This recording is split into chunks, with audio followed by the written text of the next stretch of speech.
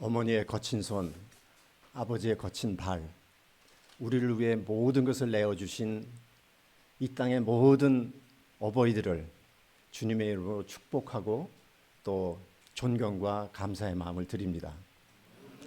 제가 오래전에 하나님의 크신 사랑과 또 구원의 깊은 은혜를 깨달았을 때 하나님께 기도를 드렸습니다. 하나님, 제게 맡겨주신 이 가장의 책임을 다하고 제가 은퇴를 하면 저에게 봉사할 수 있는 기회를 주십시오. 너무 감사해서 그런 기도를 드렸습니다. 하나님께서 제 기도를 들어주셨어요. 제가 60살이 되는 해에 세상의 모든 일에서 자발적 은퇴를 하고 상담 전문가인 제 아내와 함께 강원도 철원 저 최전방에 군인교회를 맡아서 섬기게 되었습니다. 한 100명에서 100명 내외의 인원들이 매주 예배를 드리러 왔는데 그 젊은이들과 함께 예배드리고 복음을 나누고 또 이 상담을 하면서 함께 지난 것이 돌아보니 제 생애에서 가장 의미 있고 그 복된 시간이었다는 그런 생각을 하게 됩니다. 저는 오늘 이 교회에 와서 이렇게 청년들을 보니까 너무 반가워요. 아들 제가 둘을 길렀고 또 수많은 아들들 속에서 제가 한 10여 년을 이렇게 보냈습니다. 하나님께 감사한 마음입니다. 목사가 이렇게 강단에서 설교를 하는 가장 중요하고 또 이렇게 그런 사역은 복음을 전하고 구원을 선포하는 일일 것입니다. 그래서 오늘도 그 구원의 복음을 여러분과 함께 나누고 싶습니다. 구원이란 무엇인가? 우리가 구원받아야 할 이유는 무엇인가? 사람은 스스로를 구원할 수 있는가? 구원을 어떻게 얻을 수 있는가? 지난해 10월부터 올 1월까지 3개월간 아주 유명한 프랑스 화가 조르주 루오의 작품 전시회가 우리나라에서 열렸습니다. 1871년에 태어나서 1958년에 죽었으니까 한 100여 년 전쯤에 활발한 활동을 한 작가로서 렘브란트 이후 최고의 종교 화가라는 찬사를 받고 있는 사람입니다. 그림을 하나 띄워주시겠어요? 네, 그의 그림은 선명한 색채와 굵은 윤곽선으로 직관적이며 강렬한 집중을 유도합니다. 우리나라 근대화가 이중섭에게도 영향을 주었다고 하는데 이중섭의 작품 황소, 투개 이런 그림에서 볼 수 있는 굵은 선, 강렬한 붓터치가 같은 느낌을 줍니다. 조르주 루오 작품의 공통 주제는 인간의 비참함이었습니다. 인간의 비참함. 많은 화가들이 아름다운 그림을 그 주제로 많이 그리죠. 근데 이분은 참 특별한 그런 주제에 천착했어요. 그렇다고 해서 그가 인간의 비참함을 그렸다고 해서 허무주의자나 또는 이 염세주의자는 아닙니다.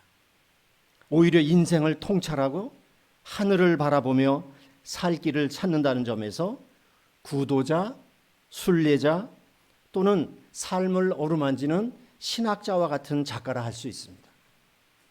루오는 인생의 본질을 고통으로 보고 절망스러운 현실에서 하늘을 바라보며 주여 저희를 불쌍히 여기소서 구원을 절규하듯이 이런 그림을 그렸습니다. 그는 살아있지만 본질적으로 죽은 우리 인간들의 그런 인간의 실상을 꿰뚫어 보고 작품을 통하여 사람들에게 눈에 보이는 이 세계가 이 불완전한 세계, 이 고통스러운 세계가 전부가 아니다.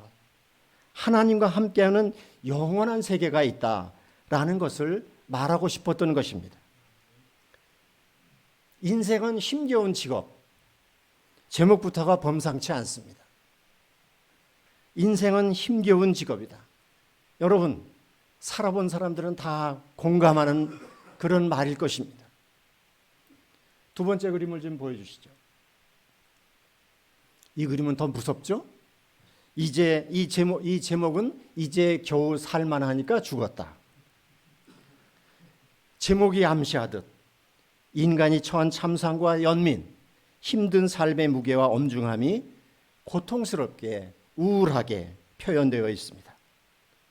무섭기까지 하죠. 이것은 고생하다가 살만하니까 죽은 어떤 특정한 사람의 이야기가 아닙니다. 모든 인간의 삶이 본질적으로 그렇다는 것입니다. 아둥바둥 살다가 늙고 병들어 이 르오의 그림처럼 결국은 죽음에 이르는 인간 실존, 부자도 권력자도 이 세상에서 성공적인 삶을 살았다고 하는 그 누구도 예외가 없습니다. 르오는 그것을 그림으로 표현한 것입니다. 그의 작품을 보고 있노라면 전도서에 헛되고 헛되며 헛되고 헛되니 모든 것이 헛되도다. 해 아래서 수고하는 모든 수고가 사람에게 무엇이 유익한가라는 그런 말씀이 떠오릅니다. 세 번째 그림을 보여주시죠. 이 그림의 제목은 우리 모두는 죄인이 아닌가라는 그림입니다. 예수님의 순환을 연상케 하는 이 작품은 죄와 고난, 불안 속에 사는 인간 실존과 하늘을 향한 구원의 갈망을 잘 표현하고 있습니다. 이 작품을 보고 있노라면 저는 오호라, 나는 곤고한 사람이로다. 이 사망의 몸에서 누가 나를 건져내랴 탄식하는 사도 바울의 고백이 떠오릅니다. 여러분, 비참한 인간의 실상을 말한다는 것은 그리 유쾌한 일은 아니지만 구원의 기쁜 소식, 즉 복음을 말하려면 꼭 필요한 순서입니다.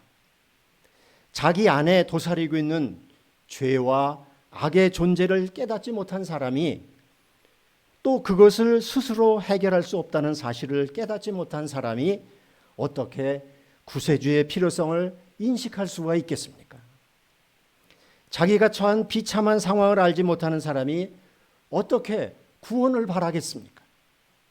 그렇기 때문에 기독교 구원의 교리를 집대성한 사도 바울도 오늘 우리에게 주신 그 로마서에서 죄와 심판, 하나님의 진노 아래 있는 비참한 인간 실존을 먼저 이야기하고 있습니다.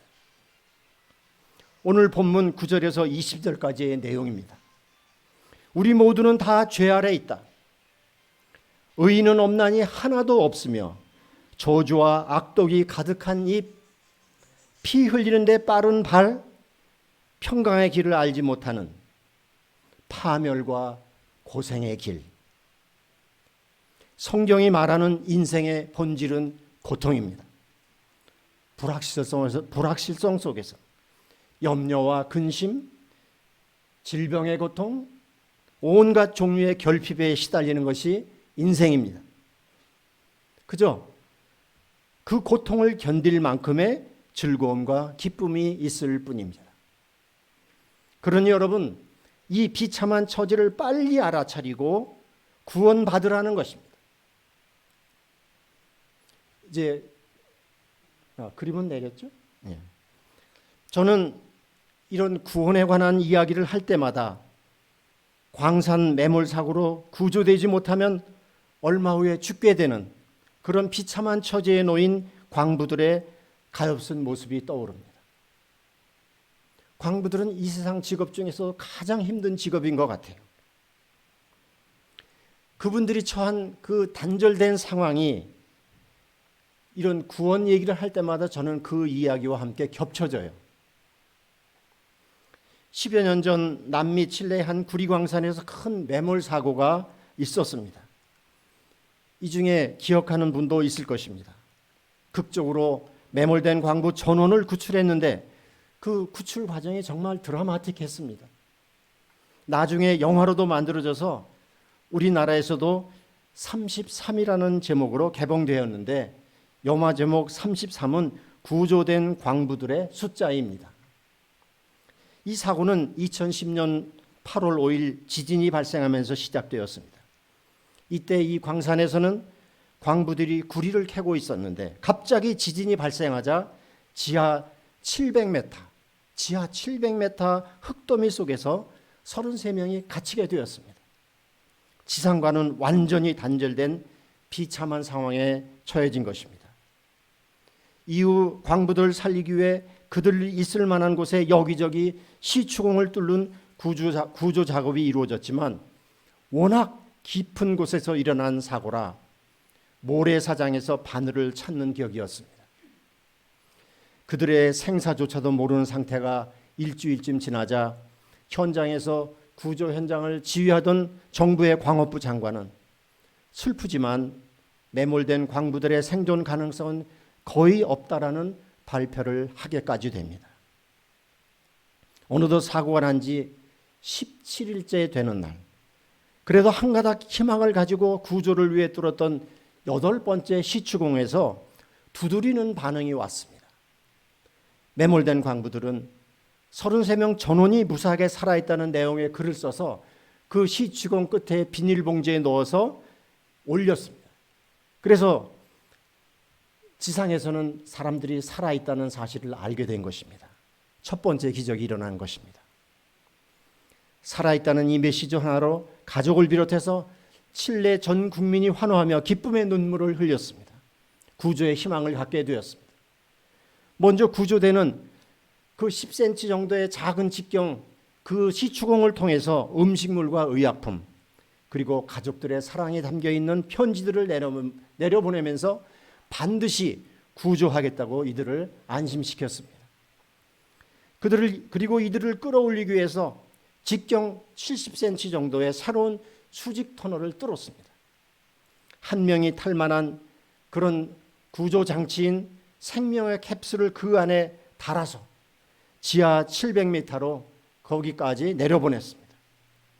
그 생명 캡슐의 이름을 사람들은 죽음에서 생명으로 옮긴다는 의미에서 피닉스, 불사조라고 불렀습니다. 한 명 한 명이 불사조라고 불리는 생명의 캡슐을 타고 땅 위로 올라와 구조될 때마다 환성이 터지고 현장은 기쁨과 감동의 도가니였습니다. 매몰된 지 69일 만이었습니다. 어떻게 광부들은 지상과 완전히 단절된 빛 한 줄기 없는 절망의 그 상황에서 희망을 잃지 않고 견뎠을까요? 특히 그들의 생존 사실을 밖에서 알게 되기까지 17일 동안 버텨낸 일은 정말 놀라운 일이었습니다. 광부들은 3일분에 불과한 얼마 안 되는 비상식량을 이틀에 한 번씩 참치 2스푼, 비스킷 반쪽, 우유 반잔씩을 공평하게 나누어 먹으며 절망과 죽음의 공포 속에서도 희망의 끈을 잃지 않고 구조의 손길을 기다렸다고 합니다. 이 비극적인 탄광사고와 감동적인 광부들의 구출 사건, 여러분 여기에는 우리 기독교가 말하는 구원의 핵심적인 메시지가 있습니다. 그것은 바로 하나님과 단절된 모든 인간은 매몰돼서 지상과 단절된 광부들처럼 구원받아야 한 그런 존재라는 것입니다. 지하 700m 그 암울한 어둠 속 절망과 고통 가운데 구조되지 못하고 있었던 광부들의 비참한 처지와 본질적으로는 다를 바가 없다는 것이죠. 사람의 처지가 왜 이렇게 되었을까요? 성경은 그 원인이 하나님과의 단절 때문이고 하나님과의 단절은 죄 때문이라고 말씀합니다. 여러분, 죄란 도대체 무엇입니까? 우리는 죄라면 보통 살인, 도둑질, 간음, 거짓말 등 감옥에 가야 할 행동을 생각합니다. 그래서 그런 죄를 지은 적이 없다고 하는 사람들에게 죄인이라고 말하면 잘 동의가 되지 않습니다. 죄인 하는 소리 듣기 싫어 교회 안 간다는 사람도 있습니다. 사실 사람들은 자신이 지옥 가기에 충분한 죄를 지었다는 것을 잘 모릅니다. 성경이 말하는 죄의 본질은 하나님 없이 살겠다는 것입니다. 모든 종류의 죄가 여기서부터 출발합니다. 피조물인 인간이 창조주인 하나님을 떠나 제 맘대로 산 결과가 죄로 나타나는 것입니다. 이 죄는 최초의 인류의 조상인 아담으로부터 왔습니다. 아담은 하나님의 형상으로 창조되어 낙원의 삶을 살게 된 축복을 하나님의 명령을 거역하고 불순종과 불신앙으로 죄를 지어 상실하고 말았습니다.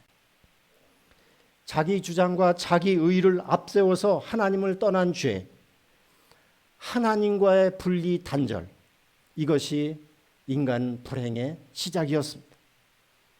하나님을 떠난 이 아담의 죄는 인류의 대표자로서의 범죄로 전 인류의 범죄였고 전 인류의 타락이었습니다. 이 죄의 형질이 유전된다는 것입니다. 나의 의지와 상관없이 유전되는 이 죄, 하나님을 떠난 이 죄를 원죄라고 하는데, 불행하게도 모든 인간은 이 죄성을 가지고 태어납니다. 원죄, 죄성하면 제게 떠오르는 장면이 하나 있습니다. 여러분, 뻐꾸기의 생태를 아시나요? 뻐꾸기는 번식을 하기 위해 탕란을 합니다. 탕란이란 제 둥지에 알을 낳고 품어 부화를 하는 것이 아니라 멧새와 같은 다른 새의 둥지에 몰래 알을 낳아 다른 새가 품어 부화케 하고 키우게 하는 것을 말합니다. 뻐꾸기가 몰래 탕란을 하면 멧새는 자기 알인 줄 알고 품어서 부화를 합니다. 부화한 후에는 또 열심히 먹여서 먹이를 물어다가 키우죠. 그런데 여러분, 태어나자마자, 알에서 깨어나자마자 물기도 마르지 않고 눈도 뜨지 못한 뻐꾸기 새끼가 즉각적으로 하는 일이 무엇인지 아십니까? 옆에 있는 다른 알이나 새끼들을 발로 밀어내 둥지 밖으로 떨어뜨려 죽이는 일입니다. 누가 그렇게 하라고 가르쳐 준 적이 없어요. 그런데도 아주 숙달된 것처럼, 이미 프로그램이 그렇게 되어 있는 것처럼 즉각적인 살상을 저지르는 것입니다. 저는 이 영상을 보면서 충격을 받았습니다. 악의 원초적인 모습을 보는 것 같았습니다. 여러분, 이 행동을 어떻게 설명할 수가 있겠습니까? 뻐꾸기의 형질 속에 이 악이 본능처럼 유전되는 것이죠. 인간의 원죄, 죄성이 이와 같은 것입니다. 한 사람도 예외 없이 우리는 이 죄성을 가지고 태어납니다. 그렇기 때문에 단 한 사람도 예외 없이 죄를 짓게 되어 있습니다. 인간은 죄를 지어서 죄인이 아니라 죄성을 가진 죄인이기 때문에 죄를 짓는 것입니다. 죄와 타락의 결과는 참으로 비참한 것이었습니다. 무한한 공급자인 하나님과의 관계가 단절된 인간에게 무슨 일이 생겼겠습니까? 온갖 종류의 결핍, 또 그리고 고통, 죽음이 찾아왔습니다. 죽는 존재가 됐어요. 공급이 끊어졌으니까. 여러분, 땅속에서 양분을 공급받아야 살 수 있는 나무가 뿌리가 뽑혔다고 생각해 보십시오. 당장은 목숨이 붙어 있는 것 같지만 얼마 후에는 반드시 죽습니다. 매몰되어 지상과 단절된 광부대의 처지를 한번 생각해 보십시오. 얼마간의 비상식량이 떨어지면 죽을 수밖에 없는 것입니다. 하나님과의 관계가 단절된 인간 실존이 이와 같습니다. 지금 살아있는 것 같지만 본질적으로는 죽은 자입니다. 그래서 사람은 하나님과의 관계가 회복되고 반드시 구원받아야 하는 것입니다. 그렇다면 우리가 어떻게 구원받을 수 있을까요? 매몰되었다가 구조된 광부들의 이야기는 그 구원의 핵심을 잘 알게 해줍니다. 구원은 구원받아야 할 인간 스스로의 노력으로 되는 것이 아닙니다. 우리들은 33명 광부들의 삶에 대한 불굴의 의지를 칭송한 나머지 그들 스스로의 노력으로 구원받은 것 같은 착각을 할지 모르겠습니다. 그러나 정확하게 말하자면 구조는 매몰된 광부들이 노력해서 된 것이 아니었습니다. 물론 그들은 견디고 기다렸죠. 사실 그것만 가지고도 대단한 인간 승리였습니다. 그러나 인간이 할 수 있는 위대한 일은 거기까지입니다. 여러분, 실제 구조는 누가 했습니까? 매몰된 광부들 스스로의 노력으로, 스스로의 힘으로 살아났습니까? 실제 구원은 지하가 아닌 지상의 구조대가 한 것입니다. 지하의 광부들은 기다리고 구조의 손길이 왔을 때 그 손길을 신뢰하고 잡은 것뿐이었습니다. 구원의 주체는 매몰되었던 광부들이 아니라 구조대가 한 것입니다. 지상의 구조대가 구조를 위해 터널을 파고 생명줄에 캡슐을 매달아서 지하에 있는 광부들까지 찾아가서 구조하지 않았으면 구조는 이루어질 수 없는 것입니다. 우리 영혼의 구원도 마찬가지입니다. 구원을 위해서 내가 무엇을 하는 게 아닙니다. 할 수도 없습니다. 인간은 스스로를 구원할 수 없습니다. 구원은 전적으로 하나님만이 하시는 일입니다. 그러므로 인간은 구원의 주체이신 하나님을 바라고 하나님만을 의지해야 합니다. 세상에는 많은 종교가 있습니다. 많은 종교가 있지만 구원의 관점에서 보면 단 두 가지뿐입니다. 하나는 우리가 믿는 기독교 신앙입니다. 죄인인 인간은 스스로를 구원할 수 없다. 구원자이신 하나님이 필요하다라는 것입니다. 이것을 타력구원이라고 합니다. 다른 하나는 인간 스스로의 노력으로 구원받을 수 있다라는 것입니다. 자력구원입니다. 불교, 힌두교, 이슬람과 같은 기독교를 제외한 다른 모든 종교들이 이에 속합니다.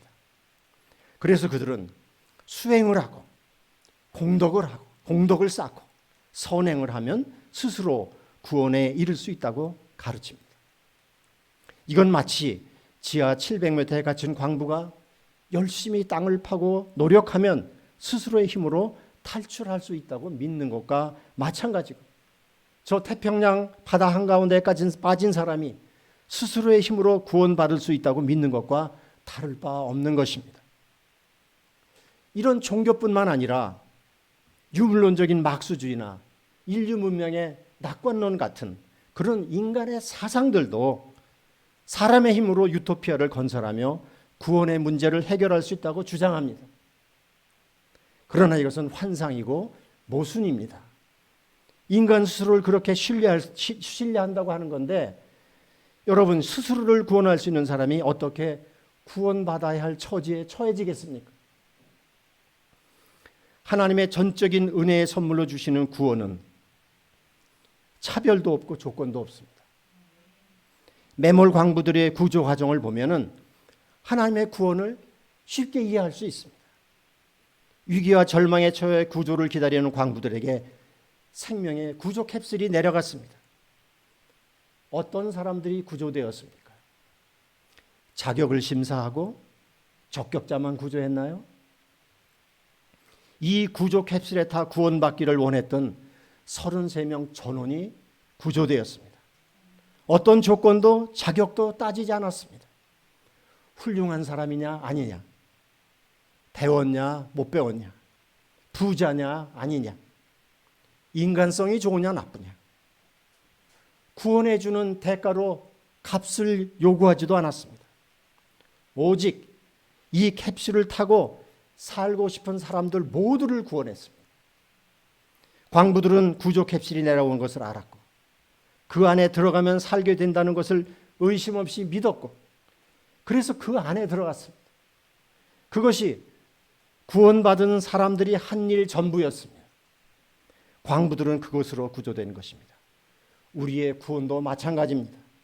예수님을 구원자로 믿고 영접하여 그분 안으로 들어가면 누구나 구원받는 것입니다.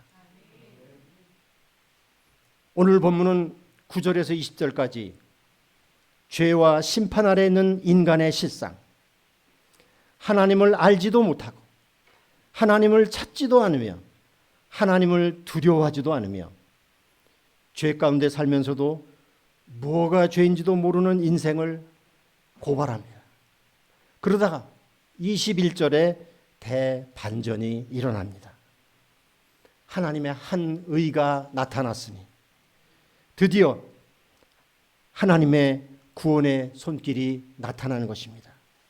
하나님의 의는 예수 그리스도입니다. 하나님께서는 우리에게 구원을 선물로 주시려고 아들이신 하나님 예수 그리스도를 보내주셨습니다. 일방적으로 우리의 모든 죄를 예수님에게 옮기셨습니다. 그리고 그분을 십자가에 죽게 하심으로 우리의 죄값을 대신 갚아주신 것입니다. 용서해 주신 것입니다. 인류 최대 문제인 죄의 문제를 하나님 편에서 일방적으로 해결해 주신 것입니다. 기독교의 구원은 단순합니다. 구원을 선물로 받는 것입니다. 사람들은 구원하면 내가 구원받을 만한 자격이 있나를 생각합니다. 율법의 행위를 생각합니다. 윤리와 도덕을 생각합니다. 내가 그만한가? 자격을 생각하죠. 그래서 교회를 오래 다니고 있는 사람들 중에도 이 구원을 확신하지 못하는 사람들이 의외로 많습니다. 구원의 확신이 있는지를 물어보면 글쎄요, 잘 모르겠는데요.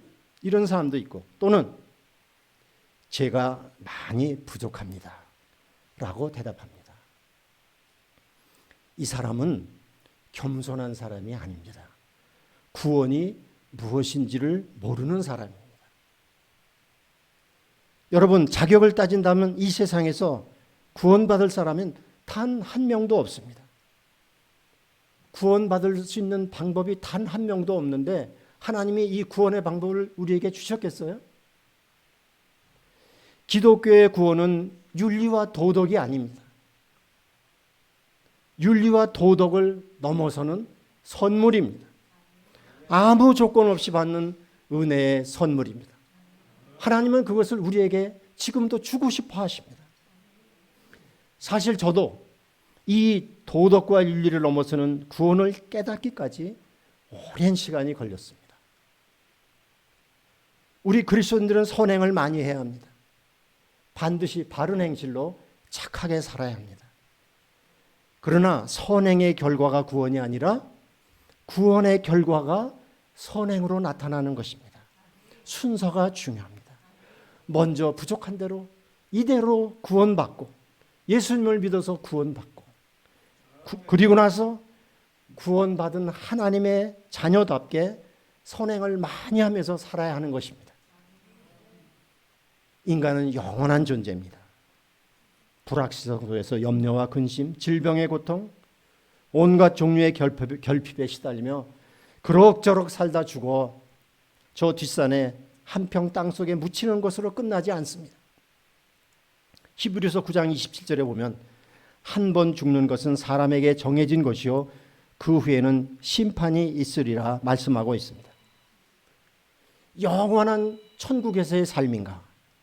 영원한 지옥에서의 삶인가? 그것은 그 심판대 앞에 서기 전, 그러니까 지금 우리가 이 세상에 살고 있을 때 선택하는 것입니다. 예수 그리스도를 구원자로 믿고 영접하여 그 구원의 생명 캡슐 안으로 들어간 사람은 더 이상 죽음으로 끝나는 비참한 존재가 아닙니다. 이미 죽음에서 영원한 생명으로 옮겨진 사람이기 때문입니다. 오늘 본문 21절에서 24절까지의 말씀을 우리 함께 읽겠습니다.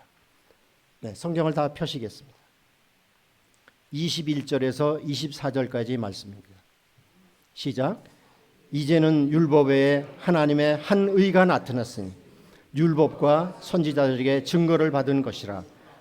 곧 그리스도 예수를 믿음으로 말미암아 모든 사람에게 미치는 하나님의 의인이 차별이 없느니라. 모든 사람이 죄를 범하였음에 하나님의 영광에 이르지 못하더니 그리스도 예수 안에 있는 속량으로 말미암아 하나님의 은혜로 값없이 의롭다 하심을 얻은 자 되었느니라. 예, 우리 모두가 그런 사람들입니다. 기도드리겠습니다. 하나님 아버지, 죄와 죽음 아래 아무 소망 없이 살고 있던 저희들을 예수님 대속의 보혈로 구원하여 영원한 생명의 세계로 옮겨주신 것 감사드립니다. 이 자리에 있는 우리 모두 값없이 주시는 구원의 확신과 함께 구원받은 자로서 합당한 삶 살게 하옵소서. 또한 우리도 영혼을 살리는 구조대가 되어서 많은 사람의 생명을 구하는 일에 쓰임받게 하옵소서.